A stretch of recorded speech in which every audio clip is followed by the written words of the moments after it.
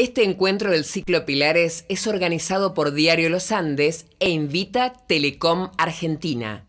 También cuenta con el apoyo de Lorenzo Automotores, Grupo Sancor, Municipalidad de la Ciudad de Mendoza, Municipalidad de Godoy Cruz. Además, acompañan Asociación de Ejecutivos de Mendoza, Coninagro, Fundación Pro Mendoza, Punto a Punto, Radio Mitre Mendoza, Universidad Nacional de Cuyo. Continuamos con el ciclo Pilares con el que Diario Los Andes habla del desarrollo sustentable de la región. En esta ocasión, como saben, estamos hablando del tema de educación, que es uno, sin duda, de los pilares de la sociedad. Soy Fernando G. Toledo, editor de la sección Sociedad del diario, en la sección en la que tratamos justamente este tema. Los invitamos ahora a conocer a los invitados de este panel en el que vamos a hablar de esta relación, educación y sociedad. José Tomás es el actual director general de escuelas de Mendoza. Además de profesor, se ha desempeñado como gerente educativo en el Instituto Cuyano de Educación Integral, ICEI. Ana Sisti es la decana de la Facultad de Educación de la Universidad Nacional de Cuyo. Es profesora en sordos, terapeuta del lenguaje y doctora en gestión y planificación para la calidad educativa. Laura Horta es decana de la Facultad de Educación de la Universidad Juan Agustín Maza. Es también profesora de matemática, física y cosmografía. Bueno, muchas gracias a nuestros invitados. Hola Laura, hola José, hola Ana. Hola, ¿cómo estás? Bueno, es un tema que nos interesa a todos, como vemos, y esta relación entre la educación y la sociedad, que suena así como algo muy abstracto, en realidad vemos palpablemente a diario cómo se relacionan y algunas de las falencias que tienen. Pero antes de empezar a charlar nosotros, me gustaría que escucháramos a los actores principales de esta cuestión, que son los alumnos. Escuchamos cuál es la opinión que tienen de esta relación. La formación en el colegio, que yo estoy teniendo todavía, ha sido muy buena, de una muy buena calidad. Y, o sea, el colegio nos va formando como una persona crítica, una persona que se cuestiona. En el colegio no nos imponen, por suerte, nuestra manera de pensar, sino que nos ayudan a crear nuestro propio punto de vista y con todas las diversidades de pensamientos que pueden llegar a haber. El rendimiento académico, que es bastante alto, toda la exigencia que nos ayuda a prepararnos para la universidad. Sí, siento que la escuela que estoy viviendo ahora, que bueno, ya estoy terminando, me va a servir como ciudadano porque aprendí, qué sé yo, desde idiomas, desde cómo funciona la economía, un poco de política, como un poco de todo, como para tener unas ideas base para salir adelante en mi vida laboral y mi vida de estudio universitario y todas esas cosas. Creo que lo que la escuela me da hoy sí me sirve por el modelo que tengo. Es como que me dio otra forma de ver, en vez de pensar como qué es, sino como cómo lo puedo hacer, cómo lo puedo resolver, la resolución de problemas y todo eso, gracias al otro punto de vista de que nos dieron, en vez de, no sé qué es esto, qué hacer, cómo reaccionar. Bueno, no, como que ya lo implementé, creo. Bueno, una mirada bastante optimista. Si uno escuchara esto, quedaría contento y casi diría que no tendría sentido cualquier debate. Los propios alumnos están conformes con lo que reciben como aprendizaje en los colegios. Sin embargo, lo que se puede ver en algunas encuestas, en algunas mediciones, no nos permiten ser tan optimistas. Y bueno, sobre todo lo que se ve es una sensación de que al salir del estudio secundario, sobre todo, los alumnos se enfrentan a la universidad y allí, por lo que dicen los docentes universitarios muchas veces, los chicos llegan con varias falencias. Al mismo tiempo, la gente que los recibe en los ámbitos laborales también marcan lo mismo. Así que, bueno, para empezar me gustaría preguntarle a José Tomás, director general de escuela, ¿qué reflexión le merece quizá esta dialéctica, esta cuestión, esta contraposición de pareceres? Bueno, primero muchísimas gracias por la invitación. La verdad que me parece sumamente interesante estos espacios de diálogo un poco para construir y poner en tensión esto, ¿no? Chicos que consideran que está bien lo que ocurre en su secundaria, creo por la edad, son chicos de quinto año, el 40% no llega, o no llega en tiempo y forma, ¿no? Entonces, creo que ahí es el primer luz amarilla o roja que tenemos. Segundo, me parece muy interesante el nombre del panel, ¿no? Educación y sociedad. Yo estoy convencido que la educación obligatoria y obviamente la formación superior también, pero sobre todo la educación obligatoria forma a la sociedad que viene. O sea, más allá de la relación que tengan hoy la educación con la sociedad de hoy determina la sociedad del mañana. De ahí es digamos, la piedra fundamental de cualquier sociedad y el futuro de cualquier país. Y ahí me duele un poco lo que me duele en términos reales, digamos, lo que señalás. La verdad que los exámenes internacionales, regionales y nacionales muestran un deterioro de la educación en los últimos 20 años en Argentina, del cual no lo podemos negar, digamos, hemos caído en rankings con los países de la región. Esto no quiere decir necesariamente que esté peor que antes, quiere decir que el mundo mejora. De hecho, en todo el mundo hay un problema de que la escuela no acompaña la velocidad de los aprendizajes y la evolución del mundo. Eso tiene sentido en términos de que tenemos un mundo que en los últimos 20 años también se ha dinamizado y ha evolucionado y se modifica mucho más rápido de lo que se puede modificar un sistema como el nuestro, que tiene una base muy estable, una inercia, digamos, diría lenta y muy consolidada y en el que se resiste al cambio.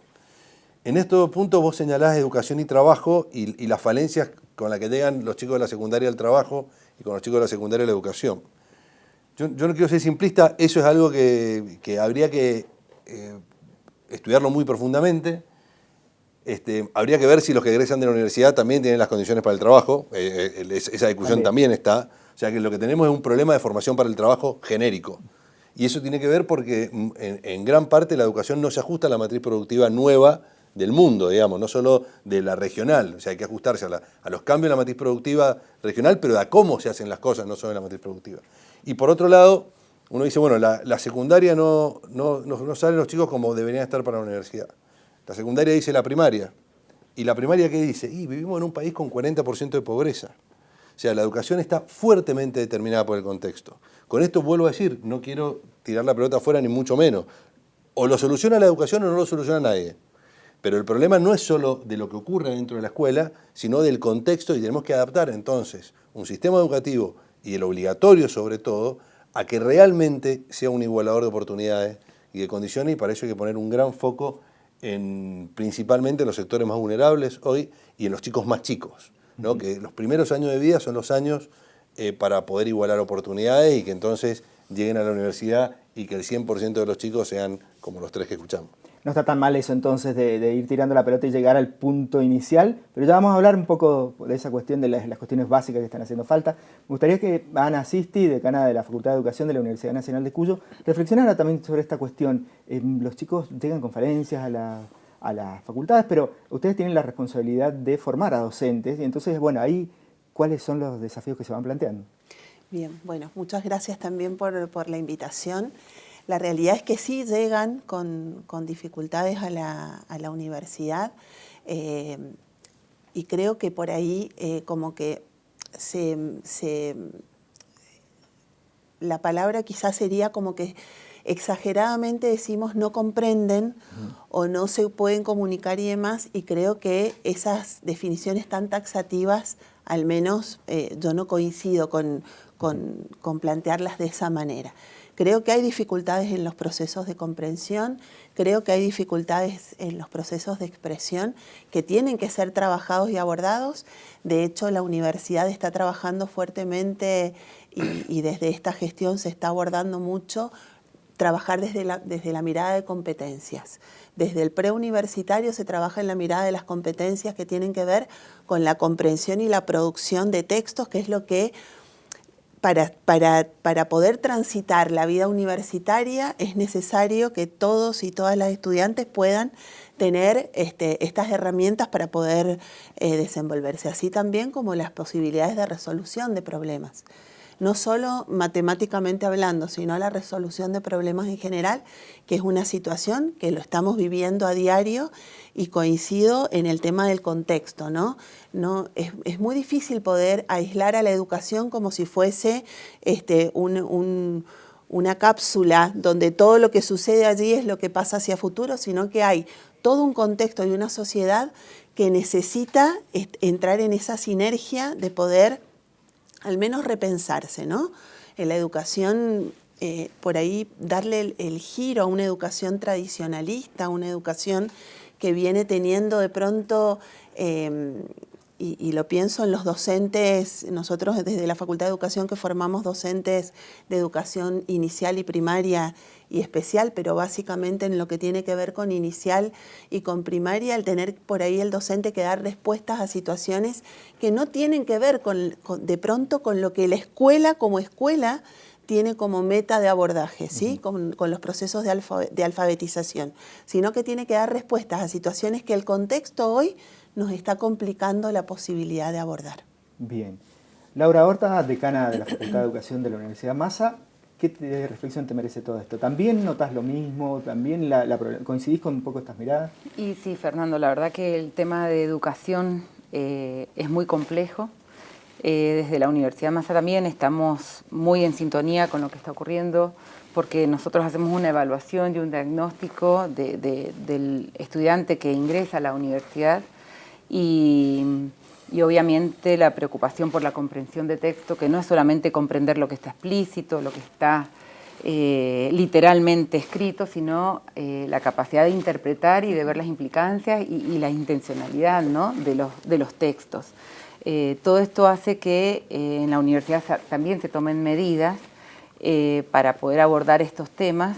En el preuniversitario se dan cursos de comprensión de texto y del aprender a aprender, que al no estar exentos a toda la problemática que surge al ingresar a la universidad, sino como decía José, o sea, estamos en una situación en donde es desesperante ver la cantidad de chicos que no están ni siquiera terminando la secundaria.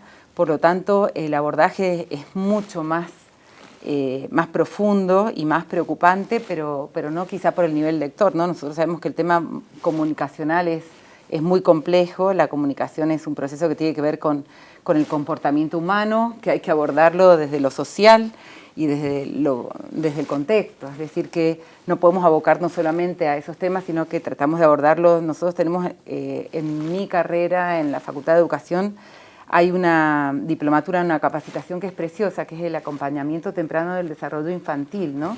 Y se aborda al niño desde los primeros meses de vida hasta los 4 años. Entonces, realmente ahí yo también, como profesora de matemática y física, aprendí que este abordaje del niño desde sus primeros años de vida son fundamentales para el desarrollo a lo largo de toda su escolaridad y toda su infancia, ¿no? Que hasta yo misma, educadora y especialista en docencia a nivel superior, desconocía la implicancia y la importancia de abordar a un niño desde esa pequeña edad. Así es que el desafío es muy grande. Bueno, a pesar de que hay cierta sintonía en los diagnósticos, a mí me parece detectar otra cosa, cierta tensión. Creo que lo habíamos hablado un poco antes de esta charla, un poco antes de entrar al estudio. José, ¿qué mirás vos con respecto a quienes forman a docentes? Porque también se puede pensar en que ante las nuevas necesidades de los chicos de aprender de maneras nuevas, quizá los encargados, digamos, de formar a docentes todavía no están enseñando a enseñar. Hablamos de aprender a aprender, a lo mejor no están enseñando bien a enseñar. ¿Cómo miras esto? Esa tensión sé que tenemos una mirada crítica, por eso está claro que ocurre. Quiero decir que la gran mayoría de los docentes de Mendoza se forman bajo mi jurisdicción, digamos, en el Instituto de Formación Superior. O sea que la atención la tengo adentro del sistema y obviamente con todo el sistema formador, como la tiene, y lo señalaba Laura recién, la matriz productiva con los que forman con los que llegan a trabajar. La educación va más lento que el sistema, que la evolución de los sistemas hoy en día, sobre todo esta educación superior que tiene sus márgenes de una inercia y que es lógica del mismo sistema. Entonces, y después hay tensiones también personales, digo yo, de el que dirige una cátedra adaptarse a lo que está ocurriendo hoy, cuando a lo mejor en la cátedra está hace 15 años. Yo no tengo duda que hay que volver a un sistema de concurso, como dice la ley, cada 7 años, de revalidar los lugares en los que está, de tener la obligación de seguir políticas públicas en términos educativos. Ahora sí me volví al mío, es que si vamos a educar de una forma, pues hay que formar en eso. Por eso es tan importante la formación continua en el tema docente, porque todos los años nos tenemos que especializar, tiene que estar dentro del trabajo normal, digamos, de un docente. Y después, los institutos de formación superior proliferaron en la Argentina con un formato en que fue muy bueno desde lo territorial, pero que dificulta también un poco el tema de unificar criterios para el trabajo de algunas políticas particulares, particularmente de política educativa. Si uno quiere modificar la secundaria, por ejemplo, y pensar una secundaria, como señalaba Daniel en el módulo anterior, en la charla anterior, hay un tema muy interesante que es, hace 4 años nadie quería que el celular esté dentro del aula, y yo creo que no cabe duda que tiene que estar. Yo era profe de tecnología, con lo cual lo creía antes, claro, pero por una malformación de la especialidad nada más.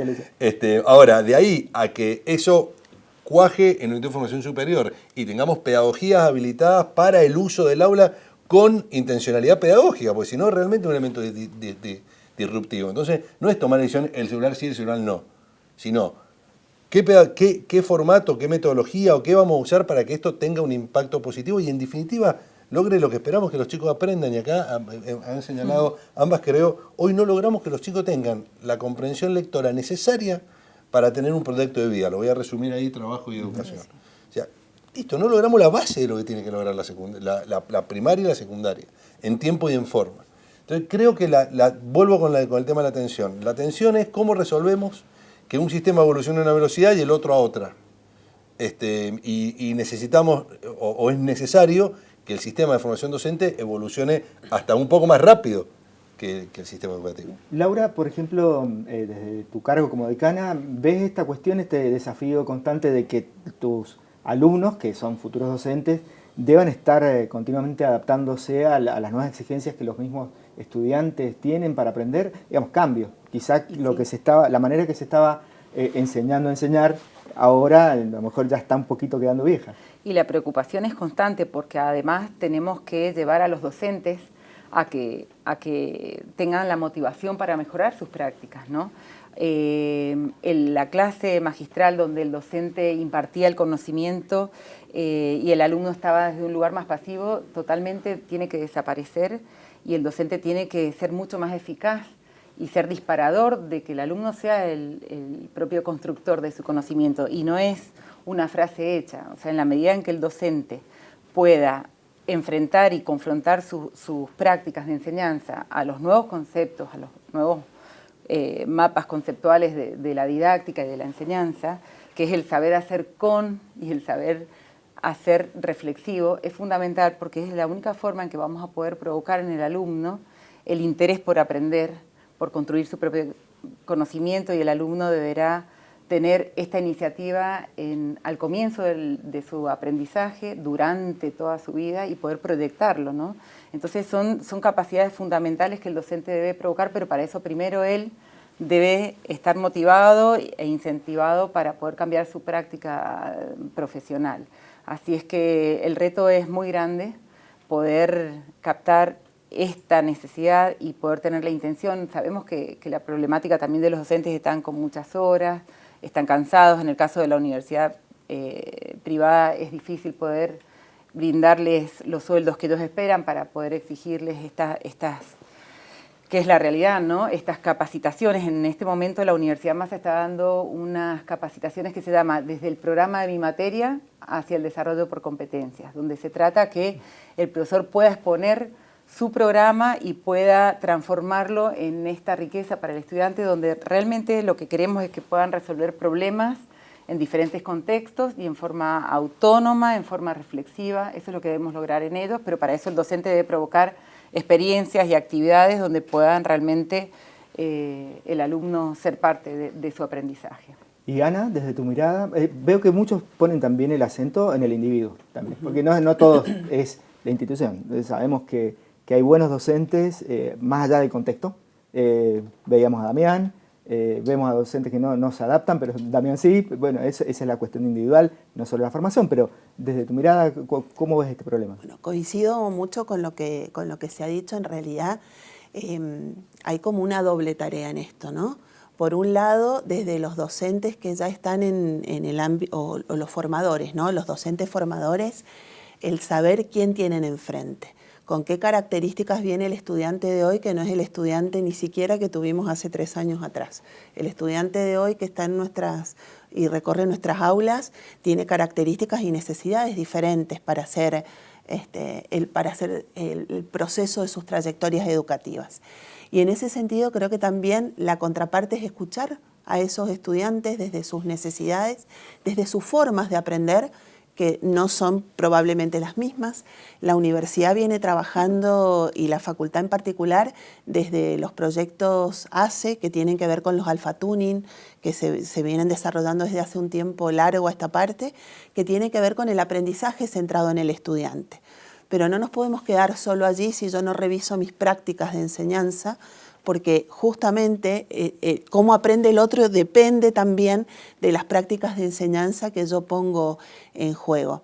Y esta gestión en particular de la universidad está trabajando fuertemente en analizar todo el desarrollo de competencias que necesita el estudiante, no solo trabajar con las que ingresan, sino cómo desarrollamos las competencias que necesita el estudiante para desenvolverse después en sus ámbitos laborales, sea cual sea el ámbito en el que se va a desempeñar.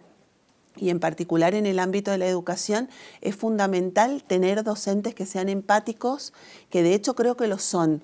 Sí, lo que creo es que a veces a los docentes los atraviesan muchas otras variables. Creo que el factor económico no es menor. Como lo decía Laura recién, el factor económico impacta un montón al momento de elegir en qué me capacito, qué posibilidades tengo y qué tiempos tengo para llevar esa capacitación adelante. Creo que esas son variables que uno no puede descuidar en un análisis de la educación. Bien, los problemas están más o menos planteados, los conocemos, los desafíos son muchos, evidentemente. Me gustaría entonces, ya para ir concluyendo, conocer la cuestión práctica, la cuestión real, concreta. Por ejemplo, desde el gobierno escolar, ¿cuáles son las acciones concretas, reales, que ya mismo se están llevando a cabo para empezar a resolver este complejísimo problema de la pauperización de la educación, de los niveles que han caído, de salir adelante a pesar del contexto económico que no ayuda? ¿Cuáles son lo clave, lo más importante? Yo creo que lo primero es, en los primeros 5 años de escolarización obligatoria, es intentar igualar oportunidades. Y una de las determinantes claras es la alfabetización de los chicos. No es lo mismo estar alfabetizado a principio de tercer grado que en séptimo, ¿no? Y el gap que tengas de alfabetización en ese tiempo va en detrimento del resto de los aprendizajes que tenés que tener. Con lo cual hay que poner un gran foco en esos 5 primeros años de escolarización, en alfabetización y principalmente en sectores vulnerables o en trayectorias débiles. No me gusta hablar de sectores vulnerables porque trayectorias débiles de alfabetización hay en todos los sectores. Creo que ese es el primer foco. Si nosotros logramos una primaria que después en sexto podamos estar seguros de qué nivel de comprensión tienen los chicos, entonces cerramos una primaria con comprensión lectora, con los niveles esperados, con razonamiento matemático, como decía bien Ana, razonamiento matemático no es saber sumar, sino tener razonamiento matemático, pensamiento científico y una cierta cantidad de habilidades blandas, la secundaria se pone mucho más simple en términos de poder transitarla. En la secundaria sí estamos trabajando muy fuerte hace 2 años con CIPEC y con todos los supervisores de pensar una nueva secundaria y también primaria lo estamos haciendo y secundaria lo estamos haciendo, pero pensarlo más pensada en formatos pedagógicos como el ABP, aprendizaje basado en proyectos, que los chicos sean los constructores de su conocimiento, interdisciplinaria. Hoy estamos terminando, el viernes, perdón, una feria maker que en la etapa final tuvo 3.000 chicos, pero hubo muchas escuelas trabajando con aprendizaje basado en proyectos, que es, digamos, un modelo pedagógico que apunta más a las capacidades de este siglo. Me parece que tenemos que revisar algo que claramente señalaban todos, es la carrera docente en secundaria, ¿no? Los docentes taxi, este formato de secundaria de hoy no ayuda a tener docentes que trabajen todo el día en una escuela y que puedan acompañar desde ese lugar a toda la comunidad educativa. Me parece que la secundaria tiene que repensarse desde ese lugar y, digamos, el egresado secundario tiene que ser un chico que tenga un proyecto de vida, que puede ser trabajo, que puede ser estudio, pero que lo tenga. O sea, que la secundaria tiene que ayudar a que los chicos elijan su proyecto de vida y a que tengan las herramientas para transitarlo. Ana, ¿cuáles son los desafíos para formar un docente y evitar esta pauperización desde tu mirada como decana de la Facultad de Educación de la Universidad Nacional de Cuyo? Bien, entiendo que es por empezar a revisar los planes de estudio es un desafío. La universidad está en campaña de hacer estas modificaciones, esa ha sido la propuesta de la rectora, de trabajar justamente en revisar los planes en función de competencias que necesitan los y las egresadas al momento de poder insertarse en la vida laboral. Y el tema de la educación requiere un diálogo profundo de todo el sistema, porque si bien estamos dentro de la universidad, que tiene una jurisdicción distinta al de la provincia, entiendo que tenemos que seguir profundizando el diálogo que se tiene porque pertenecemos a un mismo sistema. Y es la única forma de poder analizar la educación desde todas las variables y todas las aristas, partiendo de diagnósticos claros y certeros de cuáles son aquellos factores que generan dificultades en los aprendizajes, dificultades en los procesos y demás, pero creo que tenemos que profundizar estos diálogos, seguir trabajando en conjunto porque el sistema es uno. Laura, ¿tu mirada? Bueno, coincidiendo y sé que debo terminar rápido. ¿Qué puedo aportar a las palabras que acaban de decir esos dos, que obviamente coincidimos? Por más que se trabaje con alumnos de la universidad, con tutorías disciplinares, acompañándolos para poder salvar las falencias que traen, creo que sin tanto esperar cambios profundos, que obviamente tienen que hacerse porque debemos promover estos cambios, creo que también el docente debe darse cuenta que tiene que ser un promotor de oportunidades para los jóvenes. Yo desde mi disciplina en la matemática muchas veces digo, ¿por qué si estos niños que ingresan al colegio primario son unas luces? Porque ya vemos niños que a los 3 años son una luz que nos sorprenden, ¿no?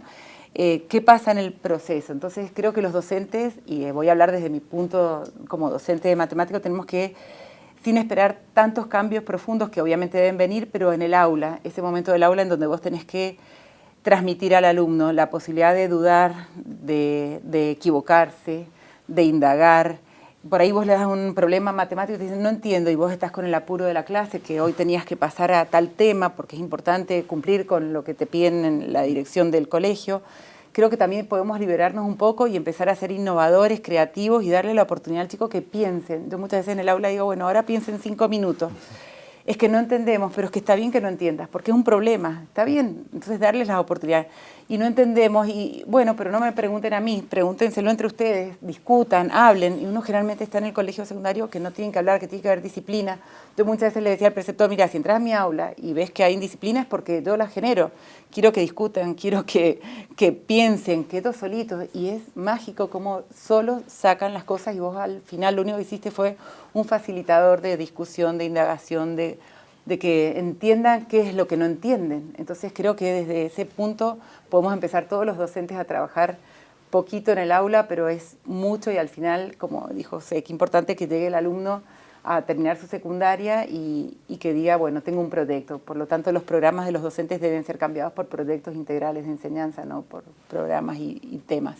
Bien, bueno, estamos todos de acuerdo que el problema está, pero también que todos deseamos que se solucione y que estas palabras que escuchábamos de estos chicos optimistas y conformes con lo que reciben como educación sean también una realidad.